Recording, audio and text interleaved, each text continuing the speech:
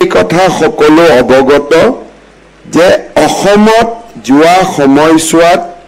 কেইবাখনো জিলা আৰু কেইবাটাও মহকুমা গঠন কৰা হৈছে। বৰ্তমান অসমত আমাৰ জিলাৰ সংখ্যা মাজুলী আৰু শেহতীয়াকৈ বজালী আৰু তামুলপুৰ জিলা সৃষ্টি কৰাৰ ফলত অসমত বৰ্তমান জিলাৰ সংখ্যা ৩৫খন। আৰু যদি আমি লক্ষ্য কৰোঁ তেতিয়াহ'লে আমাৰ মাজত সেই ধৰণে বিভিন্ন সময়ত মহকুমাৰো আমি সৃষ্টি কৰিছিলোঁ। ৩৫খন জিলা আৰু বহুকেইটা মহকুমা স্থাপন হোৱাৰ পিছতো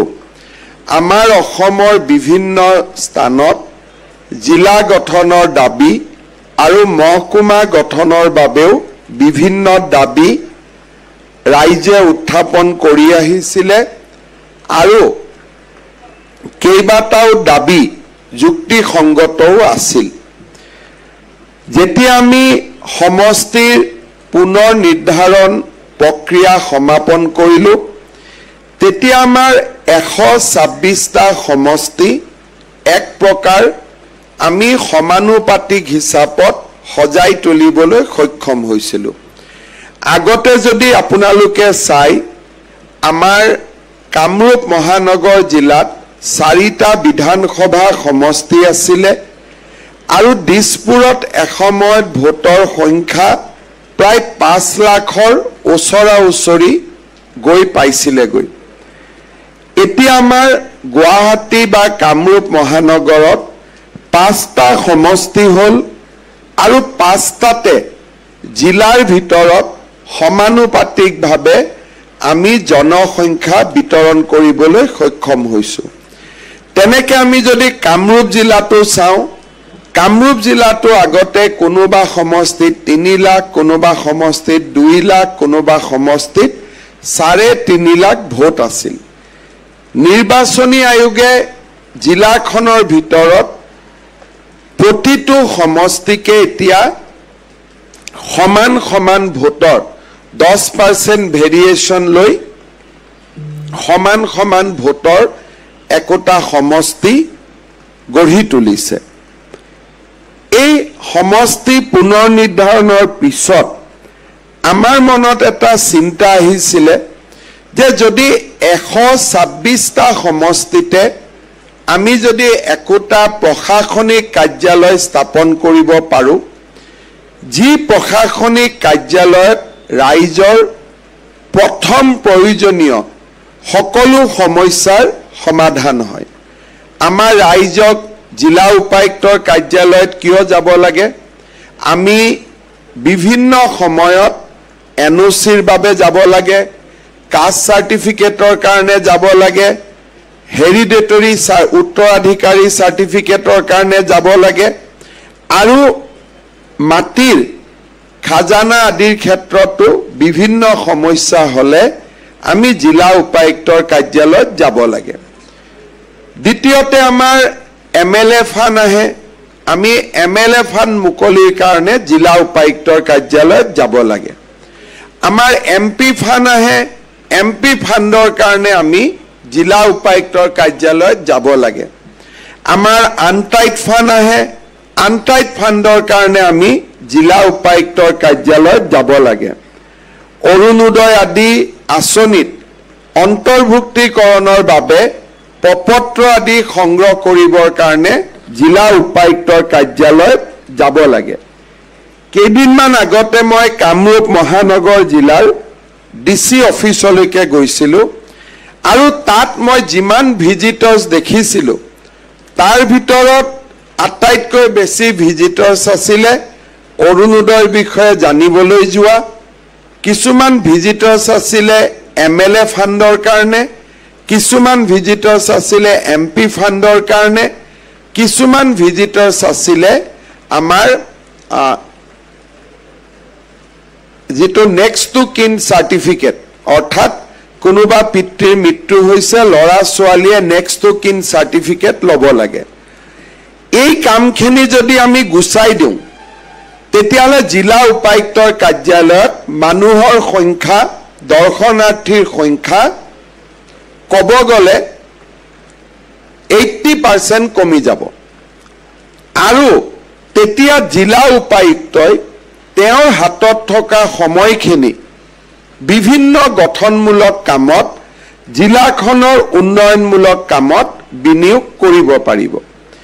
এতিয়া আমি যদি চাওঁ যে জালুকবাৰীৰ পৰা আমি যদি যাব লাগে মেট্ৰো ডিচিৰ কাৰ্যালয়লৈকে তেতিয়াহ'লে আমাক এটা দিন পুৰা লাগিব কাৰণ গুৱাহাটীত ট্ৰেফিক আছে ঘৰৰ পৰা আমি 9টাত ওলালো অফিচত গৈ 11টা বজাত 11টাৰ পৰা 2টা 3টা লৈকে আমি কামটো কৰিলো ঘূৰি আহি আকৌ ঘৰ পাওঁতে 6:30 7টা বাজিলে অৰ্থাৎ সেই দিনটোত আমাৰ আৰু কোনো বেলেগ কাম নহয়গৈ আমি অকল জিলা উপায়ুক্তৰ কাৰ্যালয়তে এই সময়খিনি আমি বিনিয়োগ কৰিব লাগিব এতিয়া যদি আমি ধৰি লওঁ যে আমাৰ কামৰূপ মহানগৰ জিলাৰ কাৰ্যালয়ত কোন কোন সমষ্টিৰ মানুহ যায় ডিমৰিয়াৰ মানুহ যায় নিউ গুৱাহাটীৰ মানুহ যায়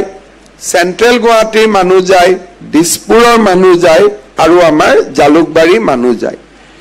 এতিয়া এই গোটেইখিনি এটা ডিসি অফিসত জমা হৈ আছিল এতিয়া যদি এই মানুহখিনি আমি 5টা অফিসত ভগাই লওঁ মানুহৰ সংখ্যা কমি গল আৰু যেতিয়া সমষ্টিৰ মধ্যস্থানত কাৰ্যালয়টো হ'ব পুৰা এদিন খৰচ নকৰি আমি আধা দিনত আমাৰ কামটো আমি কৰিব পাৰো পাণ্ডুৰ পৰাও আমি জালুকবাৰীৰ এই জায়গাত আহিব পাৰো মালিগাঁৱৰ পৰাও আহিব পাৰো আমি ক'ব গ'লে আইএসবিটি পাৰ নোহোৱাকৈ আমি গোটেইখিনি মানুহ জালুকবাৰীলৈকে আহিব পাৰো আজাৰাৰ পৰা আমি বা ধাৰাপুৰৰ পৰা আমি গোটেই মানুহখিনি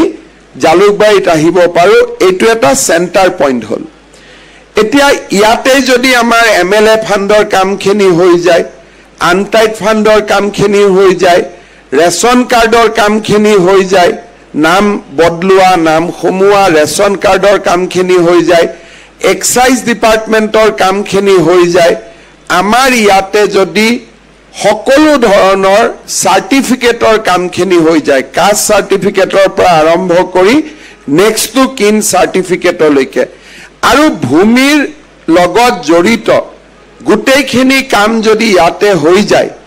তেতিয়ালে আমি কোনেও আমাৰ হেঙেৰাবাৰীলৈ যাব নালাগে আৰু আমাৰ সমস্যাটো সমাধান হ'ল আগত ৰাইজে দাবী কৰিছিল যে আমাক মহকুমা লাগে মহকুমাত ইমান অধিকাৰ নাছিলে এতিয়া আমি সমজিলাত মহকুমাতকৈ আমি বেছি অধিকাৰ দিছো মহকুমাত অৰুণোদয়ো নহৈছিলে মহকুমাত এমএলএ ফাণ্ডো নহৈছিলে মহকুমাত এমপি ফাণ্ডো নহৈছিলে মহকুমাত আনটাইড ফাণ্ডো নহৈছিলে আনকি ভূমি আবলটনৰ যি এছডিএলএসি আছে আগতে ডিস্ট্ৰিক্ট এছডিএলএসি হয় জালুকবাৰীৰ মাটি কিবা থাকিলে মই গোটেই 5টা সমষ্টিৰ এমএলএ একলগ নোহোৱালৈকে আমি এলএসিৰ মিটিংখন কৰিব নোৱাৰো এতিয়া এলএসি ডিসিয়ে সভাপতিত্ব কৰিব কিন্তু জালুকবাৰী বুলি বেলেগ এলএসি হ'ব দিছপুৰ বুলি বেলেগ এলএসি হ'ব সেন্ট্ৰেল গুৱাহাটী বুলি বেলেগ এলএসি হ'ব অৰ্থাৎ জালুকবাৰীৰ এলএসি এতিয়া সেন্ট্ৰেল গুৱাহাটীৰ এলএসিৰ কাৰণে অপেক্ষা কৰিব নালাগে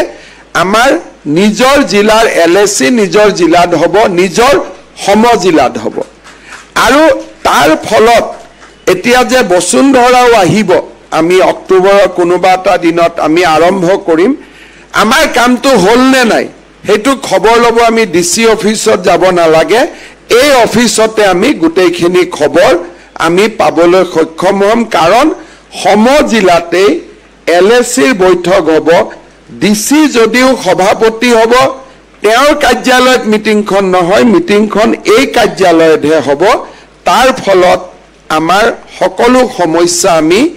এই সমজিলাৰ কাৰ্যালয়তে আমি সমাধান কৰিব পাৰিম লাহে লাহে ইয়াৰ ফলত কি লাভ হল যে মহকুমা গঠনৰ দাবীবিলাকো নোহোৱা হল ইমান দিনে কংগ্ৰেছৰ দিনত বোলে টিহুত মহকুমা লাগে, তাতে এটা ফায়াৰিং, তাতে নাহৰকটীয়াত মহকুমা লাগে, তাতে এটা গণ্ডগোল, ঢেকিয়াজুলিত মহকুমা লাগে, তাতে এটা গণ্ডগোল। এতিয়া আমি কোনেও মহকুমা নিবিচাৰাকৈ